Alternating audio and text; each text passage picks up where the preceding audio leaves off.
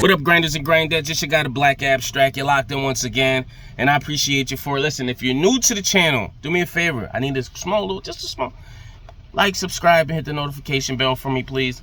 And if you could, if it's not too much trouble, can you follow me on some socials? You know, Twitter, Instagram. I'm trying to get my blue check. I gotta go to get a blue check by January, and a couple other pieces I need, but I just wanted to get to know if you could just help me just a tad bit. All right, so let's get into it, ladies and gentlemen. Succession is back. And listen, I'm happier than Elton John with a bag of you know what I mean. But listen, it's back. It's better than ever. My favorite dysfunctional white family, with all they white mess they got going on. And listen, I know I'm doing this. I'm not doing this from my studio as I normally would. Y'all bear with me. If y'all see the light contrast, it's raining out here. I'm in the hood, as you know. I got a couple different business ventures that I have. I own a t-shirt business. If you want merch, you could go to iamtrill.com. Get you a nice hoodie or something. Sweatshirt is about to be fall time out. Also, got a roadside assistance business that I run. And I also do YouTube, as you know. And also, I don't know what happened, but I got a couple of box trucks as well. That I use and do some moving for. So anyway, that's neither here nor there. So listen, Succession is back on. It's been a long wait. I got into the show during COVID, nothing to do. I seen Issa Rae tweet out about the show. She tweeted out about this, and the show Nicole Kidman was in, which was a good show as well. I forget the name of it, but so I started watching this, and boy, was I very delighted to start watching this. There's one thing about me that I like, man. Besides money, I like messy white folk. One thing about Succession is these is the messiest white folk on the planet. It doesn't amaze me how rich you can be and still be conniving, backstabbing, and super ghetto. And that's what this is. That's what the Roys are, man. They are one of a kind family. This season picks up exactly where season 2 left off at. You know, it's not no months past, it's not weeks. It's exactly right after the events of the second season, if I'm not mistaken. I could be wrong, but that's how it always looked or seemed to me.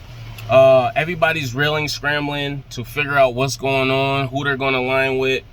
Kendall already has a couple of moving pieces, and he's getting support from different places. One of the people that's riding with Kendall is Greg. He a ride or die to the end. And the other lady too, I forget her name, man. Listen, I'm sorry if I forget names. I'm not in my studio. Like I said, I don't have my notes with me. I was gonna wait till later to do this, but we got rained out a little bit, so we waiting. So I'm like, you know what? I might as well make the video now. So and I do got to Google the names too, because I don't know, I got a bad memory. So so Shiv, Roman, Connor, and Jerry and a couple other people are with Logan. They're staying aligned with Logan.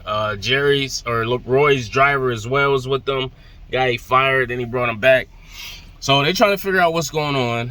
One of the things he wants Jerry to do is call a president to see if he could kind of jump in front of it, or like at least make a statement, or at least to see who he aligns with, if he's still on his good side. And president never got on the phone. They just had to talk assistant, and you know, they was trying to check the temperature. And from what he got, I guess he seemed like he was still supportive of Roy. You know, nothing has come out where they show Roy actually involved in these allegations, so it's kind of on the up and up. But Kendall calls a couple of people. He calls Shiv to see if she answers. She answers, and he's like, "Listen, I want you with me." And she bangs on him immediately, hangs right up on him. I'm like, ooh. And then one thing about Shiv, man, she loyal to the soil when it's. No, I'm lying. She ain't loyal at all. She a squirmy motherfucker. Shiv all about herself, man. But one thing I will say, we got introduced to a couple of new characters. We got Sanaya Lathan, who plays an attorney, who I guess is like top notch. Shiv is sent to kind of lock her down to help the situation. But come to find out that Kendall already has her. So that kind of fall out because her and Shiv actually had a friendship or a relationship outside of work. And, you know, Shiv was a little kind of like flustered about the situation. But Shiv's rambling and ranting on about something. And she's like, listen, I'm not at liable. I'm not at liberty to hear this. And she's like, why? And she tells her that. She's like, oh, you're representing Kendall? And, you know, they wind up falling out. And I was looking at those two and I was like, sorry, babe, I know she don't like when you know, she always say I'm thirsty in these videos. But hey, listen, man, I'm a man and I got to talk to my people. This is for the fellas. If you was in that office, you had to choose between Sanaa and Shiv, who would you pick? And I was looking like, Sanaa Lathan is kind of like, she the OG fantasy for a lot of dudes for the movie, but she's showing her age a little bit now. And I'm like, Shiv is a nice looking woman. She's younger. She got a little behind on her. Nicely manicured hair. I'm like, I'm going with Shiv all day. And Shiv got that money. So yeah, I'm going with that. So I don't know, it's crazy, man. I'm like, it was expected of what this episode I thought was gonna be. It was just everybody clamoring. So Roman alliance is with I don't know who Roman's alliance is with. Obviously it's with his pops, but I'm trying to think, did Kendall call him? I don't think Kendall even bothered to call him because I think he already knows where he stands with Roman.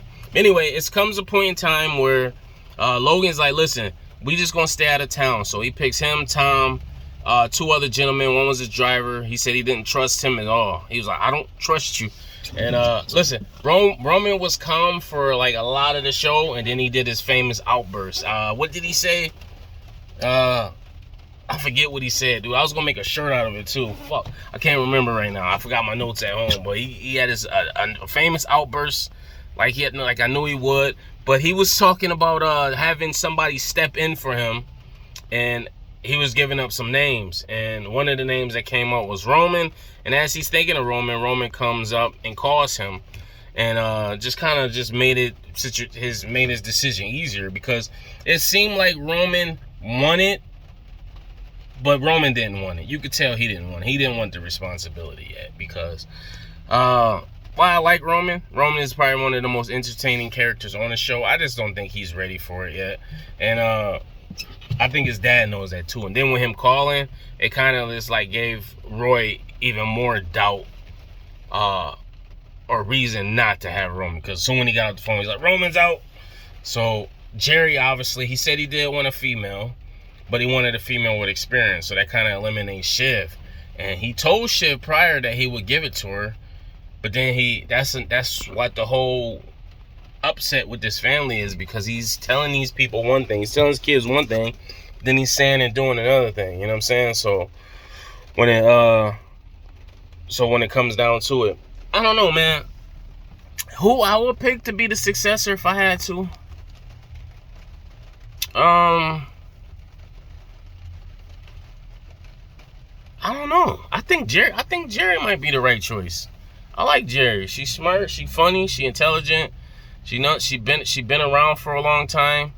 It probably would have to be Jerry, and that's who he winds up going with, and that's who Roman recommended. That's the kind of who he had in the hat. Prior to that, you see Tom go in the bathroom and call Shiv and ask her about it, and she's like, yeah, get that from me, fight for me and stuff. And it's funny, like when she wants something, all of a sudden it's all about her. Like she's narcissistic a little bit. And the theme what happened last season, her and Tom was she's ready to throw Tom right under the bus. And luckily it didn't come to that for him. I mean, good for him. But like the fact that she was even ready to throw her husband under the bus and chew him out and spit him out, I was like, bro, you better get out of this while you can. She is not for you. And then if I'm not mistaken, didn't she cheat on that nigga last season? Or the season before that? She cheated on that dude. She don't fuck with you like that, Tom. You a simp anyway. I like Tom, but he's a simp. Actually, I really don't like Tom. No, I like Tom. Tom's hilarious. But Shiv, I don't know if she realizes she's not getting it, but they hear her talking, and then they come back, and then I guess somebody texts Jerry as well, and she's showing Roman, and Roman's like, what are you talking about? And she's like, no, I'm not talking about nothing. Like, nothing's going He's like, well, are you talking about who's taking over for dad? Because I heard that's a thing. And she's like, well, I might have been talking about it. And, you know, she really wants it. Does Shiv deserve it? She is his kid, you know, and then Kendall's out. I think she's the next oldest, but I don't know if she'd be great in the role. She is smart, you know, she's ambitious, but I don't know if she really has the experience. But we'll see what happens, man. Listen, great episode. I think it's gonna be a great season. It's gonna be crazy to see how they battling out. Jerry got chosen to be the top dog, and we're gonna see how her and Kendall battling out. Kendall's he's at his wife's apartment. He's putting all his ducks in a row. He's at his ex-wife's apartment with his new girlfriend, his lawyer. He's having meetings over here. I'm like, this dude is going everything. Greg's about to open up a vintage bottle of wine. Is getting cussed out by the wife. Kendall's accusing his wife of having a new dude, but he was cool about it. You know what I'm saying? Like, he's in a good headspace right now. One thing I don't know if the allegations or the fact that he killed somebody is Roy going to pull that card, because if he does, that can come back on him, because he got him out the situation, but at the same time he's kind of like an accomplice to murder, you know, because he helped them get out the situation.